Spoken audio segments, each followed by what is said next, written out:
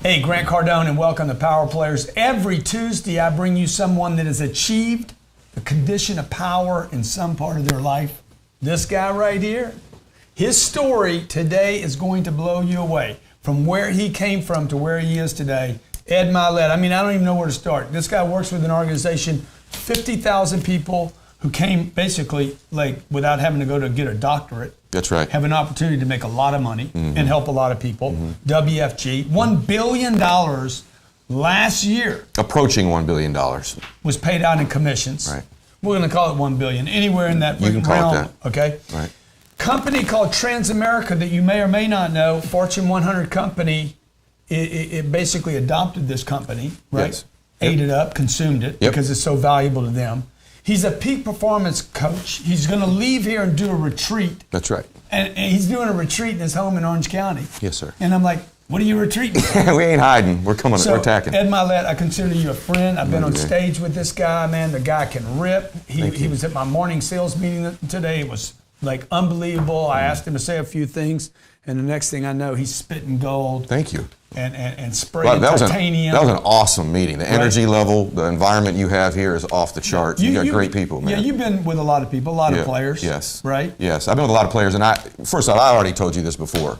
I've had a whole bunch of guys kind of approach me to do different things, and I approached you as much as you approached me, but there's nobody like you. And then I saw it today. I saw it in the environment. There's infectious energy in this place, and they love each other. They believe in each other. There's hardcore accountability led by you. Elena was in there too, gave an unbelievable message. I've not been in a sales environment like that before. If every single sales organization had that kind of energy and camaraderie, competition, energy, leadership, accountability, man, they would blow it up. It was awesome. It was overwhelmingly impressive for me. Yeah, thank you. And thank you for being here and appreciate you taking your time to come by and be on Power Players. So look, let me tell you what I know about this guy, and then I'm going to ask him about what I don't know, because there's a whole bunch of stuff that I don't know. But I know this guy is a consummate person trying to, be the best he can be in his own life. He's highly interested in his own potential and the attainment of that. That's fair to say? 100%, yes. Very financially extremely successful. Okay, I don't exactly know his finance. I know he's got a bunch of homes paid for, which I don't know about that. I know you don't like that. But I know that the guy's come from very little and done extremely well. Thank you. So and I just like being in your space. So do I. I love being in your presence. So tell me, who before WFG, before the success, before the homes, the jets, and all that stuff, the fancy jackets, and all the friends that you know. By the way, when you're with this guy, just stop it. Who were you with this morning? You. And I worked out with Derek Jeter this morning. Yeah. So he's always hanging around these superstars, right? And so before all that, nobody tell me measures where you up grew to you. up. Nobody. Where'd you grow up? I grew up in Southern California, and I had one of those kind of in-between upbringings. Donovan was just on. I was so impressed with the message that he gave you and different people that I hear from. But I had one of those really difficult to be successful upbringings because I didn't come from a super successful family where there's tons of affluence and opportunity and access. Sometimes I think there's actual benefit in coming from a really horrible situation too. You know what I mean? Because I don't want to be here. Right. This is what I don't want. I came from kind of a middle class to maybe lower middle class environment where I think that breeds average everywhere. I think if you look at the environment where I grew up in, probably more people in their life turned out with what you'd call kind of average lives of quiet desperation than maybe more people came from even a poverty-stricken environment or an affluent one. So I grew up kind of middle class, lower middle class. Yeah. How many kids? My mom and dad have 4 kids. I'm the oldest boy. I got 3 sisters. Okay. And I got a great family. I have a dad who was I learned all my work ethic. He didn't beat you? My dad didn't beat me. Nah. Yeah, he whooped me a couple times. But it wasn't like. No. You don't have that story. I got a little story in that and I think everybody has these little seeds that are planted when they're kids of some adversity that makes you maybe stronger or more intense or self-reliant. So my old man is sober now. He's been sober a long time, but my dad was a raging alcoholic when I was young. And so I had all those things that come with having that dysfunction in your family, him not showing up all the time, stress in the house all the time, not wondering, not knowing whether my parents would stay together, watching that weigh on my mom and my sisters. And I think being the oldest boy, you kind of step into that leadership role when you're young. So I had one of those families like a lot of people have. They look really good on the outside. You know what I mean? Everyone looks at other people's families and thinks, man, they've really got their act together. They seem so loving and happy. But almost every family, if you peered in there and really looked inside, there's some stuff going on that's painful and stressful. And so I did grow up, and I do think part of that probably formed me to some extent. That made me grow up sooner, want things sooner, strive sooner. So, yeah. So when did you, like, everybody that I've had here, literally without fail, have all said something early on, before the age of 10 or 12, they were already thinking about money or success or whatever they are, coaching or helping or service or whatever. When do you first remember getting a peek of Ed Mylett? Really, really little. You know, and it's funny how I knew I wanted to be successful. I think, like in most things, life, they show up eventually, but maybe they don't look like the way you thought they'd look when they show up, right? So I was going to be a baseball player. From the time I was a little boy, I was going to be a Major League Baseball player. Like how young? Oh, 4 or 5 years old, talking about that, knowing players, studying it, telling people I was going to be one. Looking a certain way. Trying to be athletic, and I'm a little dude naturally, trying to build my body up and build myself up. Little dude. Well, I am. I mean, but I got little wrists, and I don't do Pilates, but like you do. But I do work out. But anyway, and the Pilates looks good on you. You look younger than I do, brother. So, but anyway, I did grow up wanting to be somebody, and then I got a mentor when I was real young. Hall of Fame baseball player named Rod Carew, who most of you out there would probably know, grabbed me when I was a young man and started pouring belief into me. How young was that? I was probably 9. Okay. He grabbed me, started pouring belief into me. Why did he saw me at a baseball camp, saw that I was a little guy, saw that I had some potential. I kind of swung like him and batted like him. And so I spent the better part of my youth being mentored and coached one-on-one by a Hall of Fame baseball player. And he didn't just pour baseball tools into me, he poured belief. You're going to be somebody someday. You're going to do something great. So I had someone in my ear I respected believing in me from when I was young. I think that helped me. You know, what I'm stuck on right now is you pull in these people, dude. Like, do you know that? Have you always been able to pull people in? No, but I do. You have, man. 9 years old, you're pulling in Rod Carew. It's true. Right? He's flashing that we need to go, but I do pull people in. I'll tell you how. Hang on one second. I want to know that when we come back. Thank you for helping me with that. You're watching Power Players.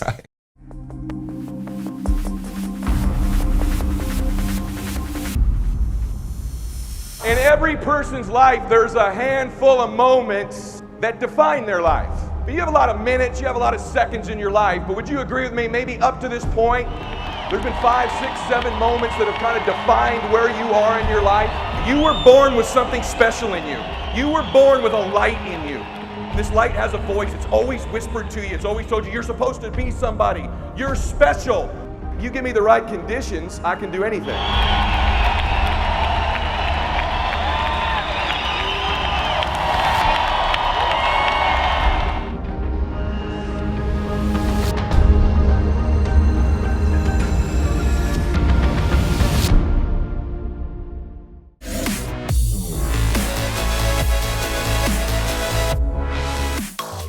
Hey, Grant Cardone, welcome back to Power Players. Today I have somebody I'm very, very excited with, a guy that I'm getting to know, a friend of mine, I consider him a friend, Ed Mylett, runs an organization of 50,000 people. I know a lot of you out there got 1 or 2 people working for you and you're pulling your hair out. This dude, 50,000 that he's inspiring, directing, guiding. So $1 billion, almost $1 billion in commissions paid out last year. Fortune 100 company literally grabbed this company that he works with, WFG. Okay, he's into peak performance, comes from a middle class environment, hit it out of the park.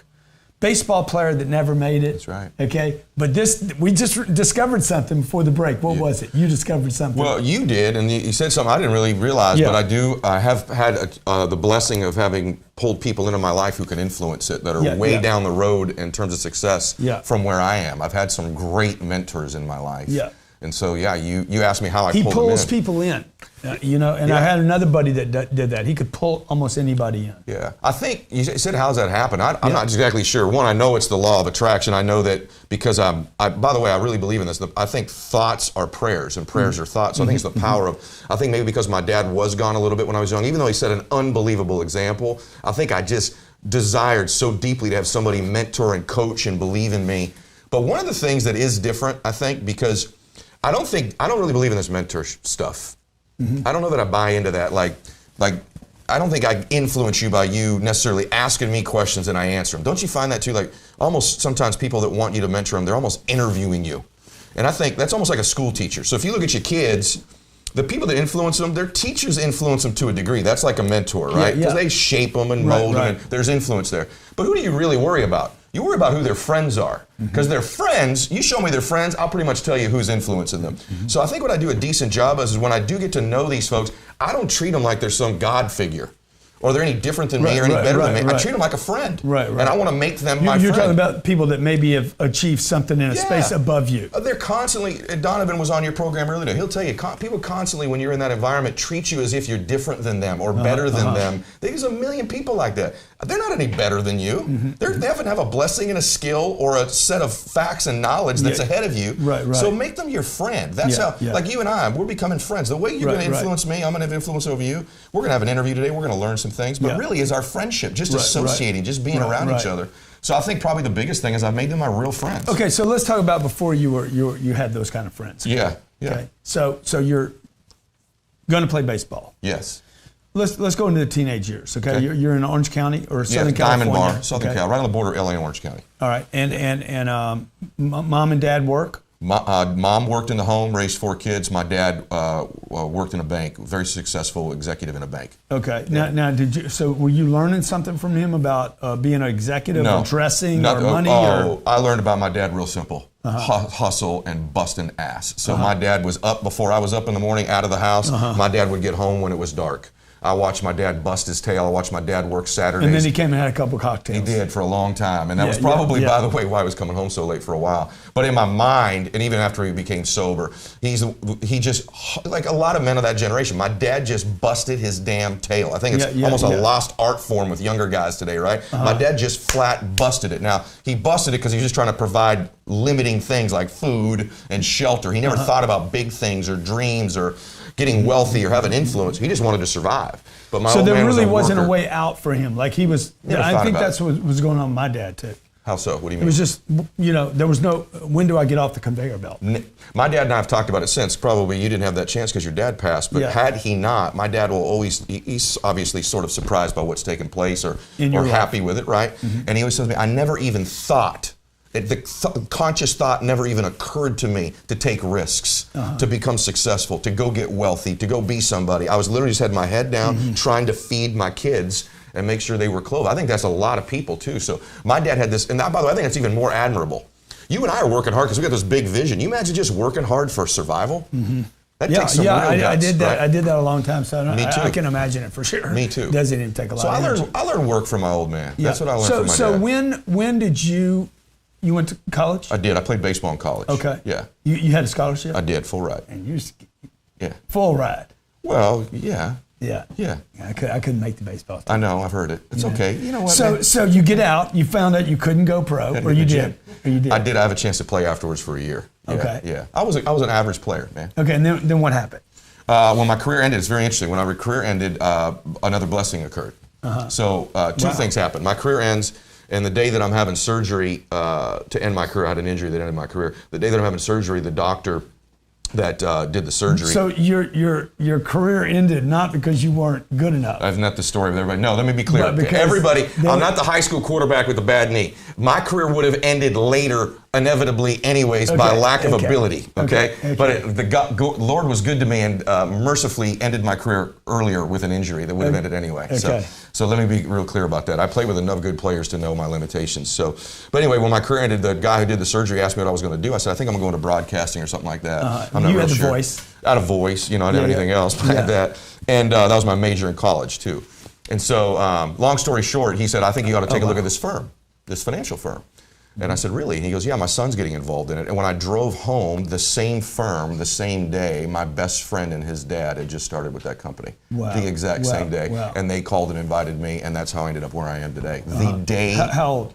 I was 21 years old. 21. Yeah, I've really basically done Baseball nothing. career that you wanted desperately, probably. Yep. Ends same day. Same day, I find comes. and by the way, and I took advantage of it, right? So a lot of people, my dream ended. My initial dream didn't work out, and that's what happens to a lot of people. Whatever your initial dream is, could it be acting, music, sports, getting your master's degree, whatever it is. My dream ended, right? And I think for most people, that's a terminable offense, right? But for me, I got immediately off the mat. A big thing. But you saw something, and I think this is a really good place to like just dive in. Okay.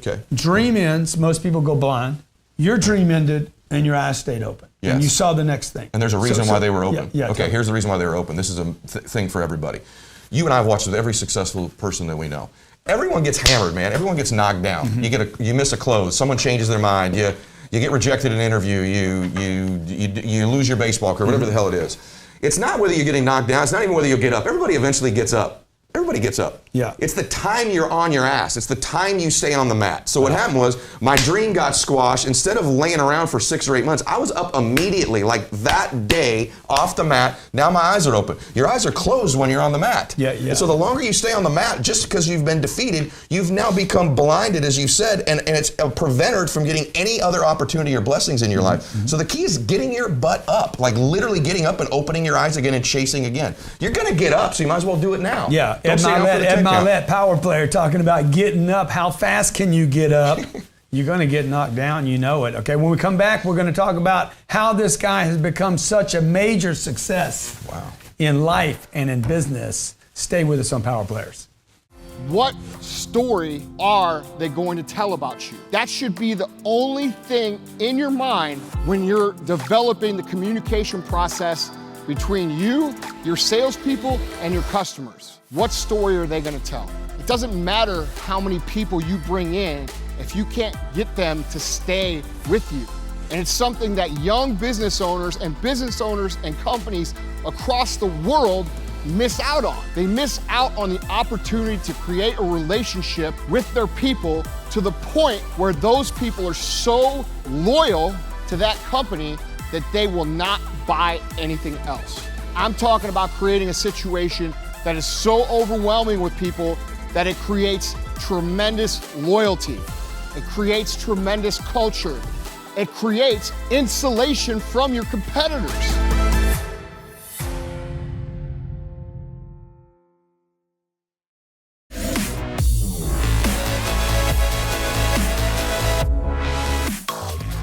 Hey, welcome back to Power Players. Grant Cardone here with my friend Ed Mylett, super power player right here. Guys, the amazing, unbelievable things that he's achieved in his life when thousands of other people could have literally achieved the same thing as you. 100%. I mean, you live in a space where there was a lot of other people that came through that could have done something big. Yeah, There's no question. By the way, and I think successful relative to what, right? Like I think both you and I are pretty good at this deception thing. Like people do it in reverse. So some people deceive themselves into thinking they're further ahead than they are, right? Yeah. They're constantly, they always want to tell you how well they're doing, and they're sort of deceiving themselves, and that deception leads to lack of activity, drive, desire, blah, blah, blah. You and I do the reverse. I deceive myself I'm further behind than I am. I know you do this too because we've talked about it. I love deceiving myself. I love deceiving our company. I love deceiving the team because I want us to feel like we got it. Malcolm X has this great quote. He says, "That which you do not hate, you will eventually tolerate." I'm a big believer, and I got to almost despise where I am right now, and I do. So I'm the kind of the king of deception with myself. So I don't feel that successful. You understand what he's saying, okay? He deceives himself.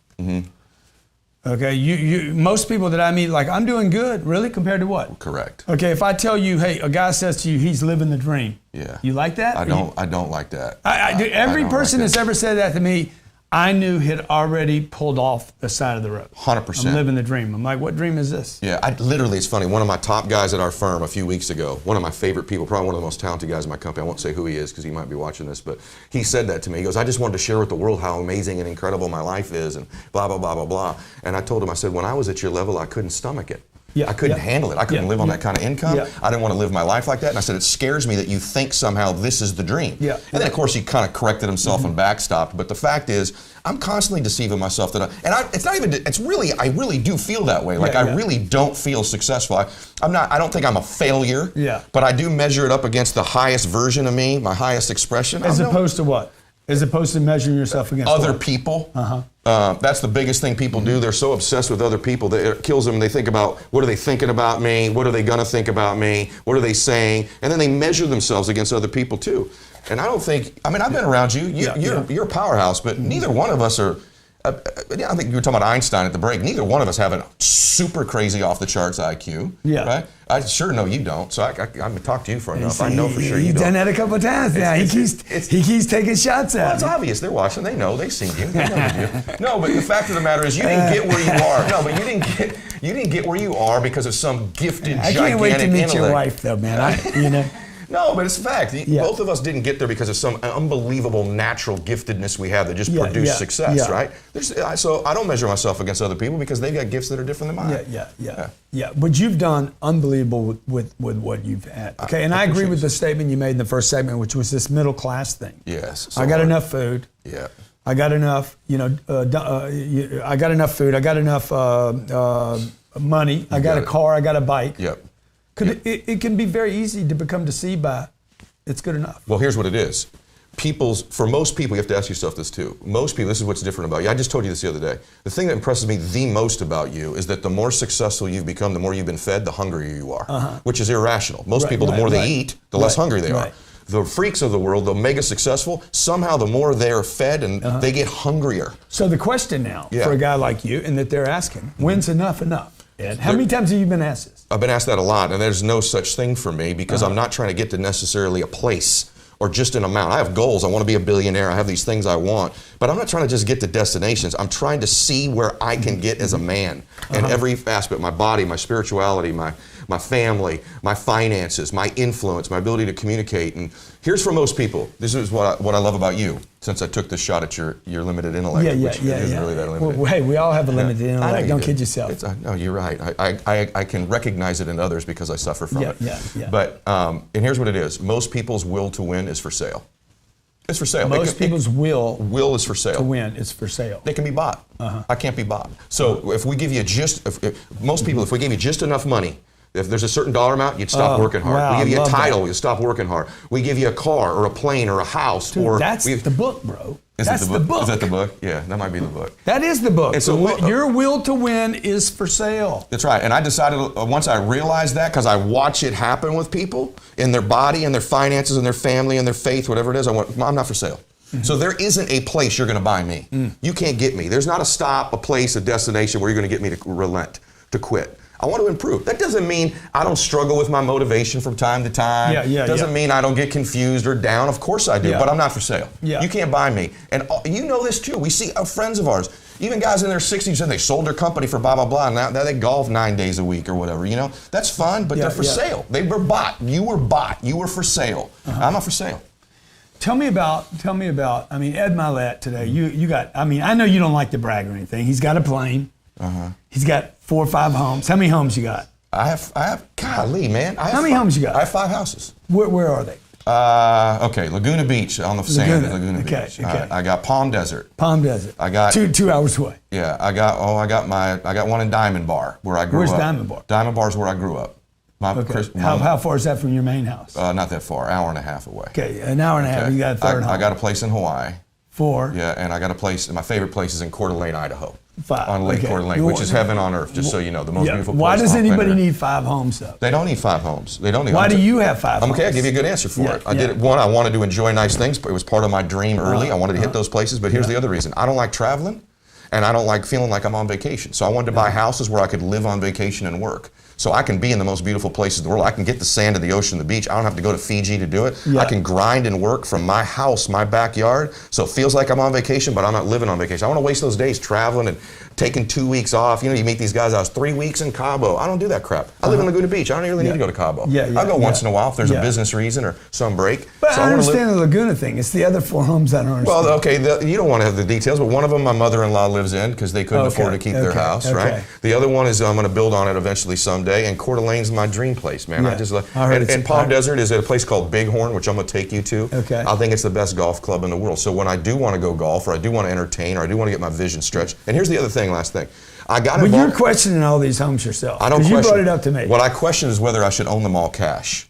Because I have no debt on any of those homes, and I wondered whether I leveraged them if I could. I don't question having the house, but let me just say something. The other thing is, there's a lesson in this.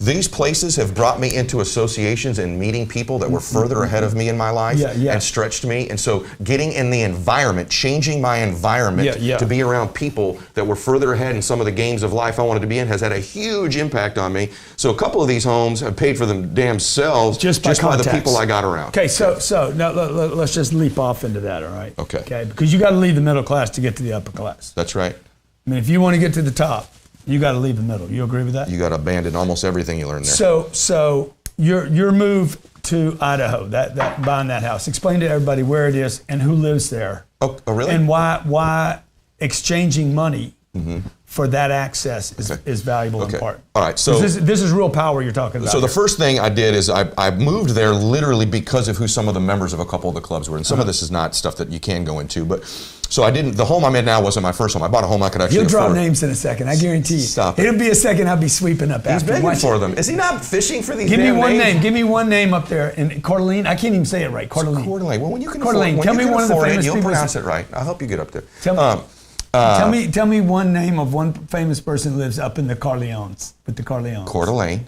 Cardone. Tony Robbins. Okay, give me another one. We're not going to do this. No, give me one more. Give me one. John more. Elway. Okay, give me one more. No, I'm not just doing that one with you. more. No. A third one. Because you're the third. You're Adam Levine. See, I tell you, Okay. I'm sweeping up after. I told you stop it'd be it. a second before you start dropping names. And someday Grant Cardone is what I Okay. hope. But anyway, what happened was I got up there, and one of the reasons I sought those was beautiful. I bought a place I could relatively afford. It was a stretch, but not crazy. And I got around. It wasn't the sports guys. It wasn't the entertainers. It was the business people. It's on the lake. Yeah, but it was. You got a fancy boat out there. There's two top 50 golf courses. Yeah. Actually, I got 3 boats, but that's another story. He's But so there's easy. two top 50 golf courses on this lake that one's called Gaza Ranch that I'm a member of. Yeah. One's called the Club at Black Rock. They're wonderful golf courses, but more importantly, the membership are people that were further along in the game of life than I was. Access. And one thing about golf, as you've known, is you get 4 or 5 hours, you get to know somebody. It's not like a 5-minute lunch, everyone's chewing their food. You play golf with somebody 4 or 5 hours. I remember one of my mentors told me, Eddie, rich men play golf. And I'm like, well, I'm not rich yet. I don't want to golf. It's boring, it's slow, you can't hit anybody. Doesn't require weightlifting. You can be fat and win at it. It's not even really a sport, you know? Yeah. And then he goes, you didn't hear what I said. Rich men play golf. And he goes, if you want to be around these people, you need to play some damn golf.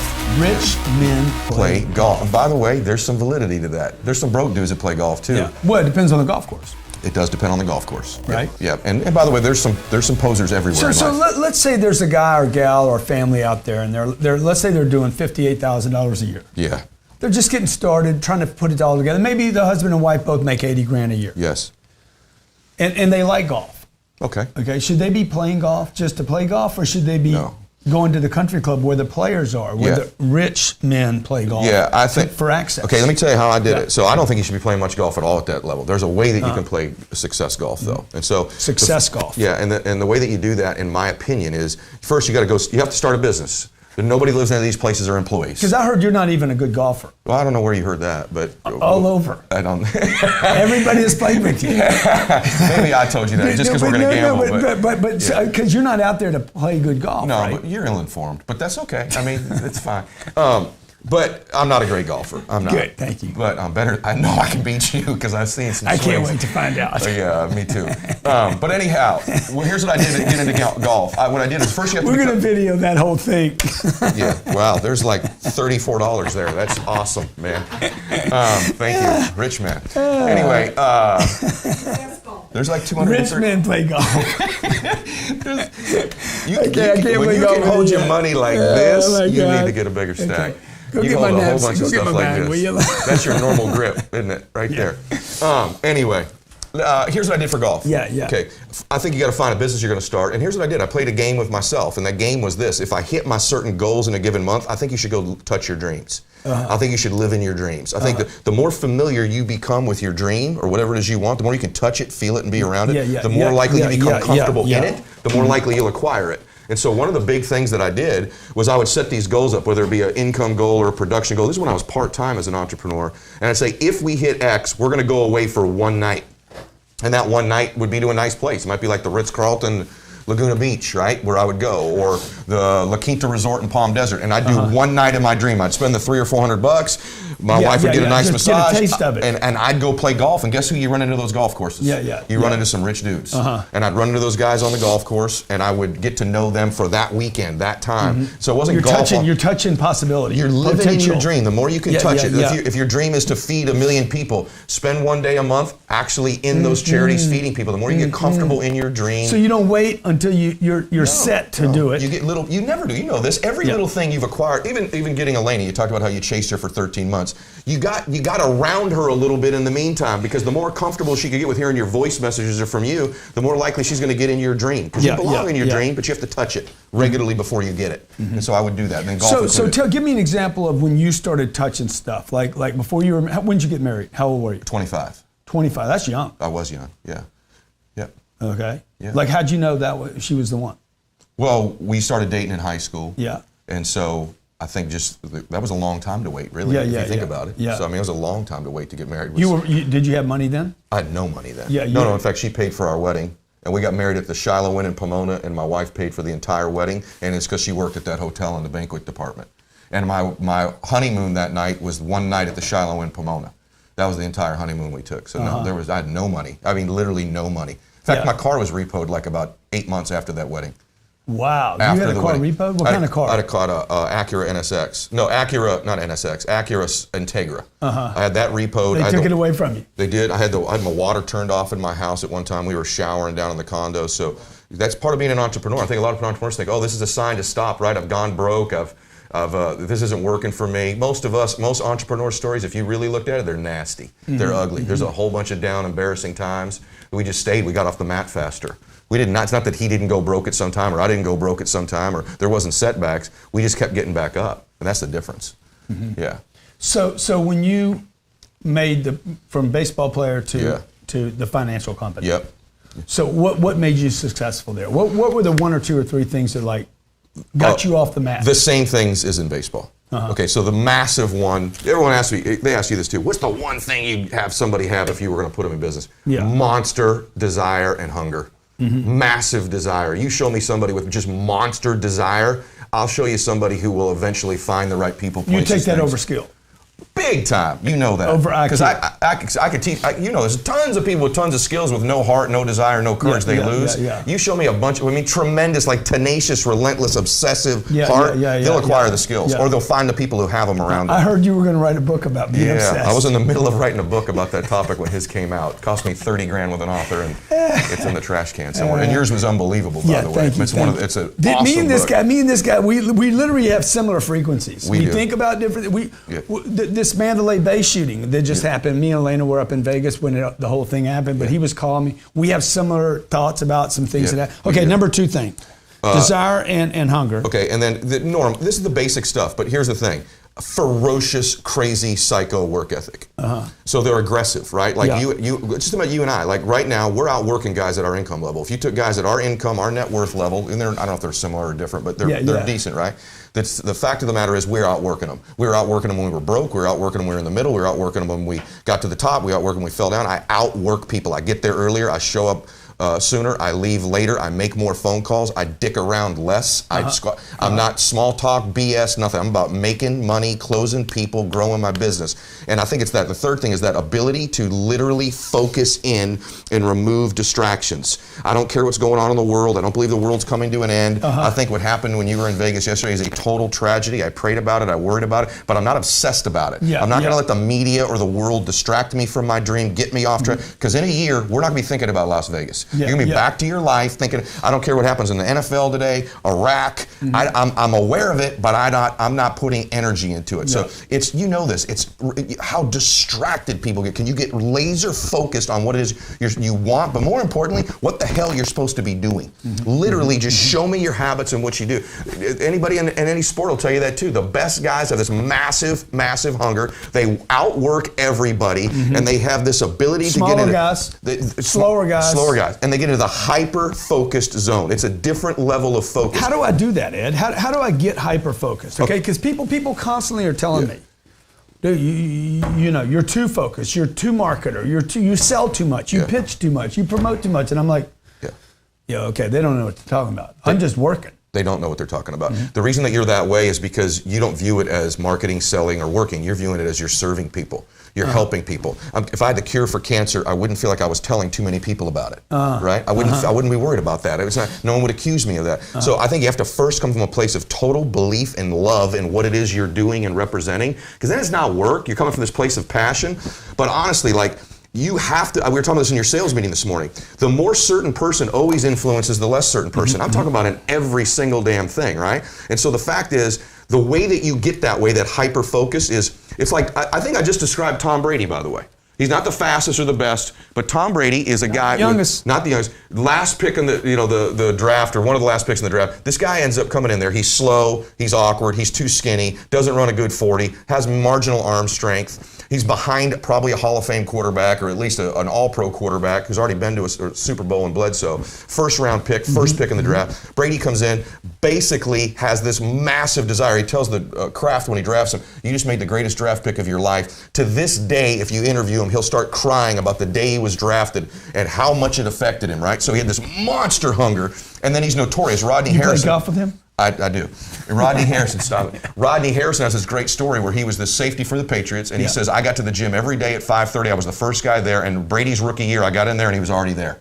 Wow. And he said, I came back the next day at 5:15. He was already there. How important do you think showing up before everybody else is? I think it's massive, and not for why you think. Yeah. The reason it's important to do those things that other people aren't willing to do is you trick your brain into believing you deserve stuff they don't.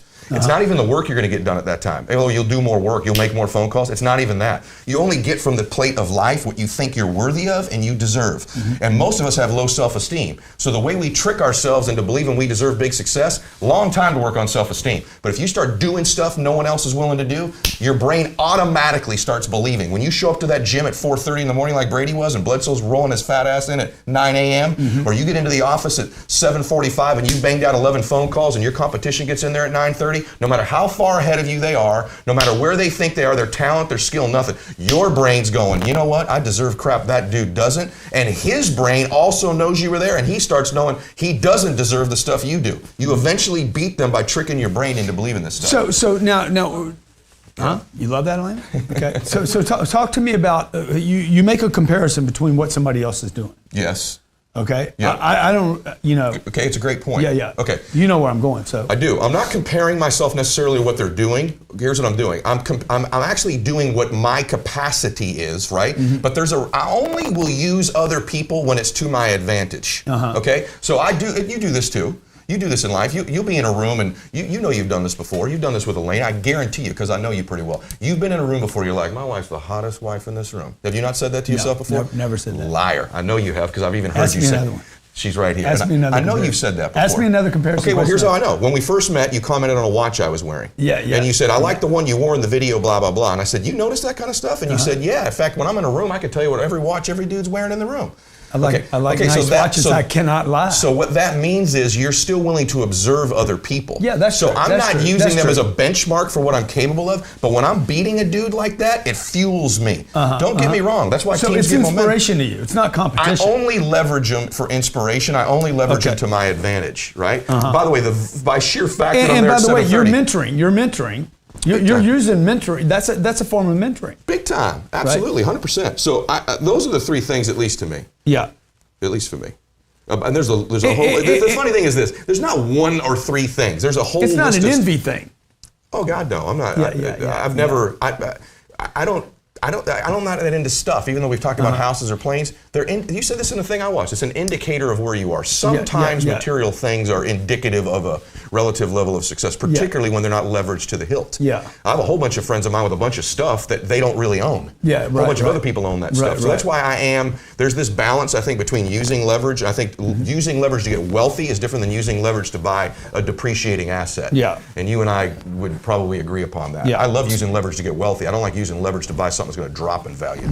Tell me about your love of sales and your willingness to talk about it and not back off from that. I love sales. I love it because as long as you're coming from a place. See, I think a brain surgeon's a salesman. One of my really good friends is a neurosurgeon up in Coeur d'Alene. He's a salesman. He's got to sell you that you're going to be okay. He's going to sell you that he's the right surgeon. He's going to sell you that his recommendation is correct. And so everything is sales. Sales really means influence. It's persuading someone to do something that's to their own advantage, right? So I'm a big believer in sales. I don't think most people are closers, though. I don't think there's very many master salespeople. So what is the difference between, not me, but what is the difference between sales and closing to you? Well, forgive this in advance. Yeah. There's a master salesperson, That's just somebody who's great at influence and closing and produces results and is clear on what it is. But most people are master baiters in the sales world. What means this is they're just there to pleasure themselves, and nobody else gets any benefit out of it. Oh, right. So right, they make phone They calls. talk. They make phone calls. People feel good. They like your product. They like your company. They like you, right? But nobody Back got to the benefit two out of it fingers. than you, like your little fingers, exactly. And so most people never make that transition. And so one of the things I do, I use words like that to attach pain to not closing. So I think everything you get in life, you either attach great pleasure to doing it or pain to not doing it. And so I'm big on that. So the difference between the great closers is really simple. Their outcome is to close. Their outcome isn't to present or to introduce or to build a relationship or to do any of that stuff. Now, They're you to and I close. were on a call today. We were making a call. Okay. Yes. And did you notice some things? Because you said it in the thing. You're like, oh, he's going for it right Yes. now, right? Yes. So, and then you made a comment like nobody's really served until you close the deal. That's right. So, and you talked about that in my meeting this morning. I did. Can you talk about that? Well, one of the things I watched that you did well is, and every closer does this, you asked great questions. So in the really weak salespeople are into making statements and presentations. Great closers are into asking the right questions that lead to a particular result. And I just watched you layer the questions in there. And what you did is you really allowed that person to close themselves that we were on the phone with today. And that's what all great closers usually don't feel like you're being closed by a great closer. Right now, if I need to make you feel that way to get it done, I'll do that. You don't mind leaning on I don't somebody. mind it, but I do really feel strongly about the fact that if you ask the right questions in advance and you set a dynamic in the beginning, you did it in the very beginning. When we got on the phone, I was making some statements because there was a friend of mine, but immediately you started with a question. If you start with a statement, you've now set a dynamic for that whole conversation. I make statements and you ask questions. Now you're constantly playing defense in sales. So the first sentence sets the context for the whole conversation. Me and you could do this. Me and you could do this every day. We could do that. And so it's asking this could the be a questions. whole education, a whole program. You know, maybe You definitely don't need me on that, but I agree. I'd No, love to do that. I like the back and forth, and I like the different views and the different wording. And you got some wording that really, like when I'm looking at it, just reinforces Same what with you, with I'm, me. you know. Same So, with you. okay, let me ask you some great questions since you're talking about great questions. Okay, what drives Ed Mylett today? I used to be driven when I was younger by recognition and significance. So if you wanted to get me to do something, you'd tell me it would make me money, it would get me attention, accolades, an award, something like that. That's that athletic background. I think that's typical of someone younger too.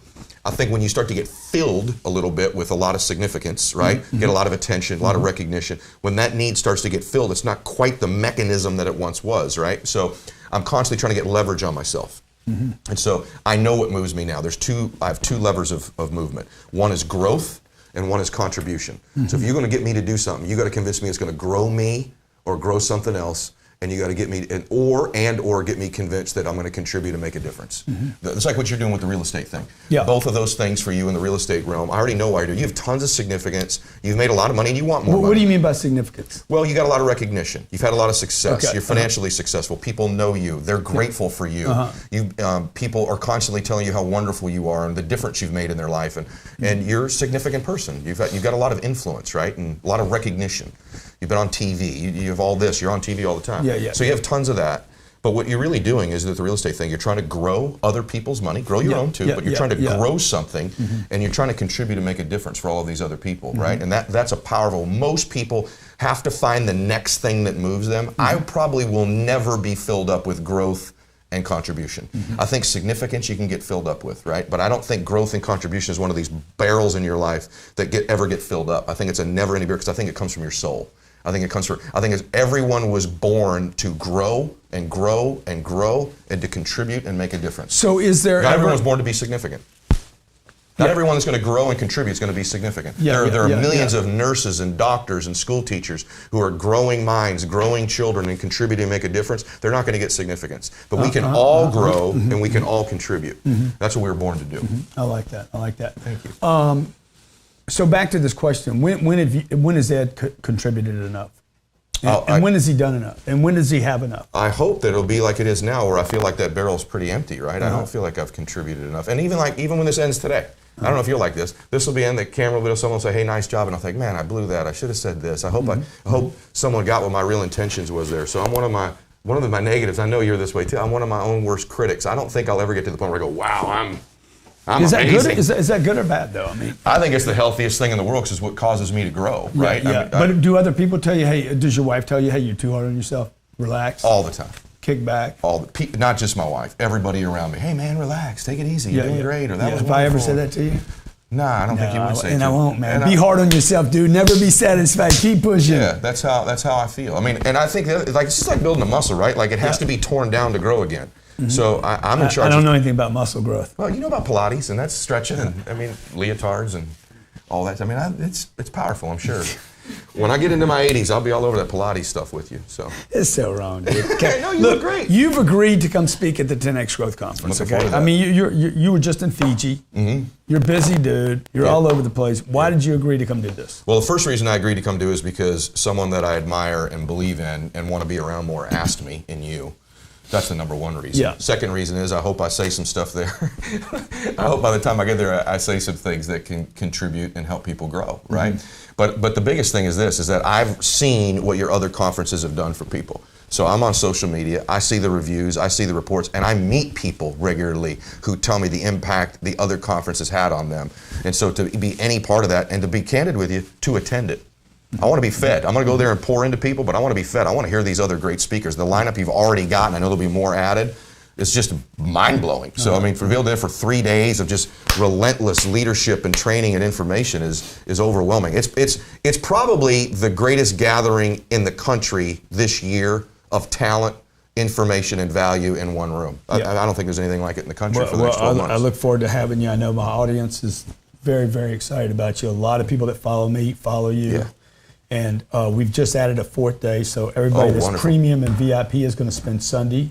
So I'm hoping you hang out Sunday with me. I will. Because we're going to dump out the arena, and we're just going to answer questions for literally 4 hours. Wow. Well, I hope people that follow me will do the VIP. You call it VIP? VIP and premium. Yeah, that's wonderful. So, that's exciting. I didn't know that. You know, somebody said, hey, those tickets are expensive. I'm like, I just wrote a check for $4 million. Yeah. My ticket's expensive. Yours is cheap. So yeah, it's not expensive at all. You see one of these speakers that costs you a couple $100, you're going to see tons and tons of different speakers. But this goes back to rich people play golf.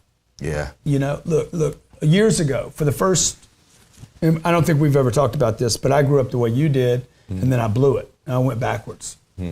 And I was brought up to go to the cheapest place, buy the best deal, get a coupon, never pay retail for anything. Yes. And so everywhere I went, the first between 30 and literally 40, 25 and probably 40 was to the Holiday Inn. Yes. To the coupon, to the free breakfast, to the eat all you want. I was 45 years old, living in La Jolla, California, going to the buffet that for $5 you could eat all you want, and I was sneaking biscuits because I thought they charged me extra for the biscuits. I relate to that. And my girlfriend was like, no, it's all you can eat, man. and I already had some money. Yeah, you ever sneak a soda into the movie so you didn't have to pay for the movie soda? I used to do it all the time. Cough when the thing opened? I'd bring them with me. Too. I'd bring them with me. I'd sneak them in my bag. I didn't want them to, I'd bring popcorn with me, man. Same here. I'd get off work. I was in a sales job. They paid a commission, and I'd go to the 4 o'clock movie because it was $1.50 less, and then I'd miss a $500 sale. Yes, yep. And I couldn't help it. Stepping over dollars to get pennies. I did it for years. And so I wish somebody had said, I wish I had an uncle. My dad was dead, so I didn't have him. I don't know if he could have told me. Rich people play golf. Yeah. What else do they do? Yeah, what else do they do? How do I get around them? That's right. You know, they go to church on Sundays. They do. They go to charities. Yep. They give money away. Like, go hang out with these people. They vote. Very true. You know, go hang. They're not on Twitter. Yep. Sorry, folks. The big money is not on Facebook. Absolutely, that's right. So any last words before we? This is going to be our first of many interviews. Yeah. Well, no. I'm grateful for doing this, but just to cap what you just said, I just want to acknowledge that. Like, you can't always meet every rich person or get to know them. You can't get a mentor with all of them, but you can model them. Yeah. And what you just talked about is modeling successful people. So I'm my company and me personally. This is a real blessing for me. And you talk about me attracting people into my life. You're an answer to prayer for me. I didn't know it was you. I didn't know it would show up looking like you, but you are. I've prayed for a running mate. I've prayed for somebody who will drive and push me. And the big thing you've done, this happened just since I met you too. Yeah. You make me want to do better, man. You make me want to be better. And that's just your being. Yeah. That's just who you are. Yeah. And so I really, really appreciate that. Well, your prayers get answered in good-looking packages. Skinny packages. Okay, so look, real quick. Oh, I wish skinny. I'll take skinny as a compliment. So one other thing I wanted to ask him, but I forget what it was. What was it? Oh yeah. Tell me what happened. What happened after after I spoke at your conference. Oh my gosh. What happened after you spoke at the conference? Yeah. Well, number one, we blew up. What is that? Is that your real money? That's for our golf. That's your real money? That's for our golf. Now we're talking. That's for our golf. Yeah. Well, I'll just remind you, I can't play.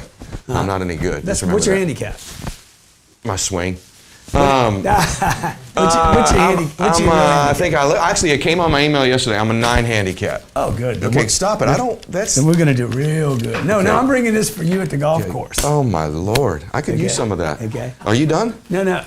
So if you got a 9 handicap, yeah. What are you? I'm gonna kill you. I'm a 31, dude. You're 31. That's solid. I'm a 31. That's solid. I'm a 31. That's pretty good. I think it only goes up to 30. Oh, really? I'll Yeah. take a 30. I'll take all of them then. I think it goes up to 30. I'll use them all. That's okay. Now so you're what talking. happened? You got me distracted. This stuff, like, I want to. What happened? What happened? After we talked. Tell me about the Number one, results. just you being there, we went to 2 in the world on social media. Right, wow, instantly. wow, So, wow. on Twitter. Number 2 in the world, we trended to. Yeah, after, who else trended that day? It was something Only big. Steve Bannon being terminated from the Steve White Bannon House. was being terminated from the White House. Number 2 in the world on Twitter was you. We trended to because of you being there. But more than that, I'll tell you what you did. And I watched it with your sales team today. We've grown since. Mm-hmm. Our recruiting is up. Our production is up.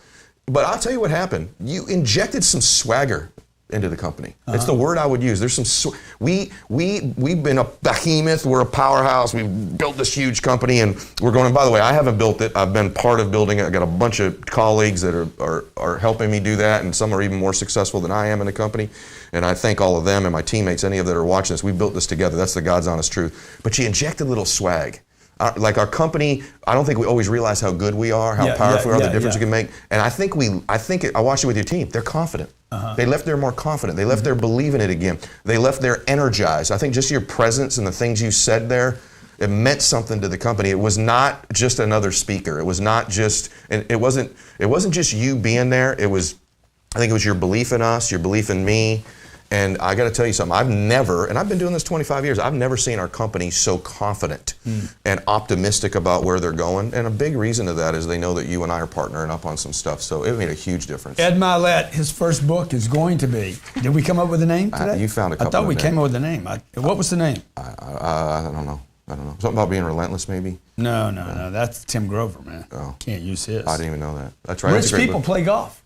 Rich people play golf. I don't think that's going to be the title. No, there was another name, though, There guys. was. Well, we'll find it. We'll find it. Maybe deceive yourself, because you are anyway. You guys need to go out and deceive yourself, man. Get power, man. Get power, okay? Accumulate some power, okay? You don't need to spend all your time in the gym like Ed does. Dude, I was in there so early today. You were snoozing. Okay. All You right. were getting some extra Z's. Ed Mylett, follow him on Instagram, Facebook, and Twitter. Ed Mylett, Mylett. You see it right back there. This dude's for real. Thank you. Okay, I really, really appreciate you man. contributing to my audience Thanks, today, brother. and I hope you guys get a lot out. If you have a question for Ed, post in comments below.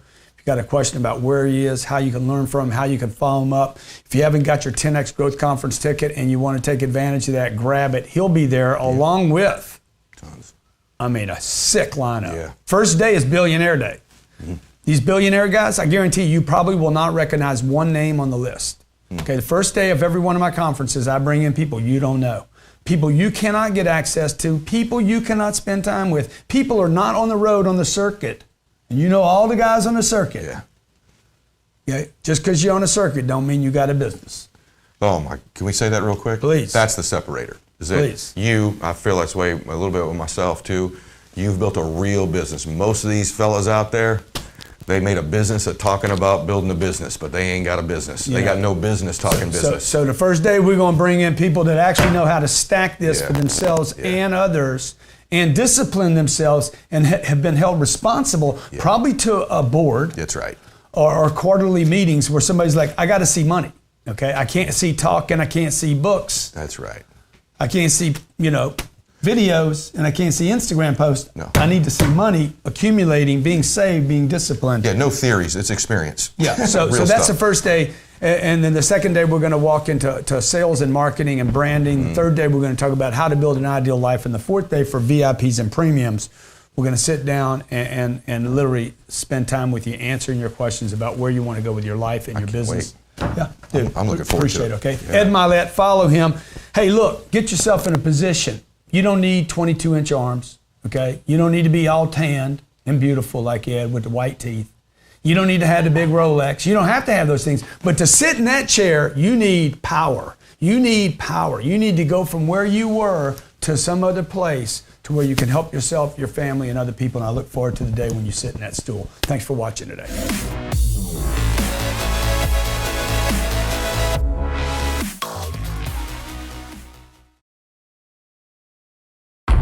Written for Forbes, Success Magazine, entrepreneur. He created the #1 sales training platform. Cardone! So excited, I've been following you for years. You watching this, you in the wrong place. You supposed to be on this side. 6 a.m. and it's the 10X Growth Con, baby. What's up? Learning how to take my level to the 10X level, man. Rock and roll. Like my brother right here. Rock and roll. Grant Cardone, it elevates my game. I think it elevates my frickin' soul. This is the #1 entrepreneurship conference on planet Earth. If you're not here in 2018, you're crazy.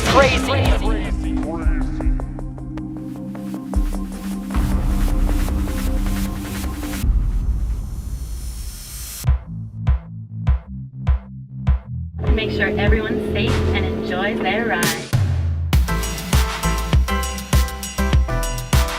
I don't care what level tickets you buy, it's going to be amazing. It's going to be a life changer. It's going to be something you never forget. Remember, the things you remember, the experiences you have in your life are worth more than everything else. 10X Growth Con. Book your ticket now. I'm going to sell this event out. It'll be the experience of your lifetime, I promise you. Who knows, maybe I'll bring Frank Sinatra in, Dean Martin, Sammy. Maybe I'll bring Elvis back. Then I'll understand. This is our space for the 10X Growth Conference, and I have a seat for you. We're going to fix your life, change your life. We're going to make your life easy. I just need 3 days with you. That's it.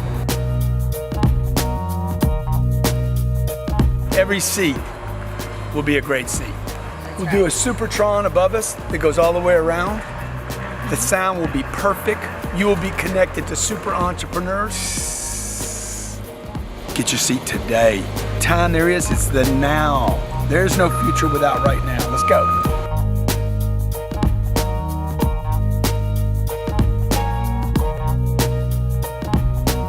What we did on this trip was I paid Mandalay Bay for 1,500 rooms. It's going to be in February in Vegas, Mandalay Bay. Okay, look, you got to come. It's tax deductible. You're going to meet some of the greatest speakers, entrepreneurs, business owners on the planet. There's going to be a billionaire panel. Billionaire, you're going to get to sit down and listen to billionaires talking about how they became billionaires. There's going to be entertainment that you cannot pay for. Come see us at the 10X Growth Conference.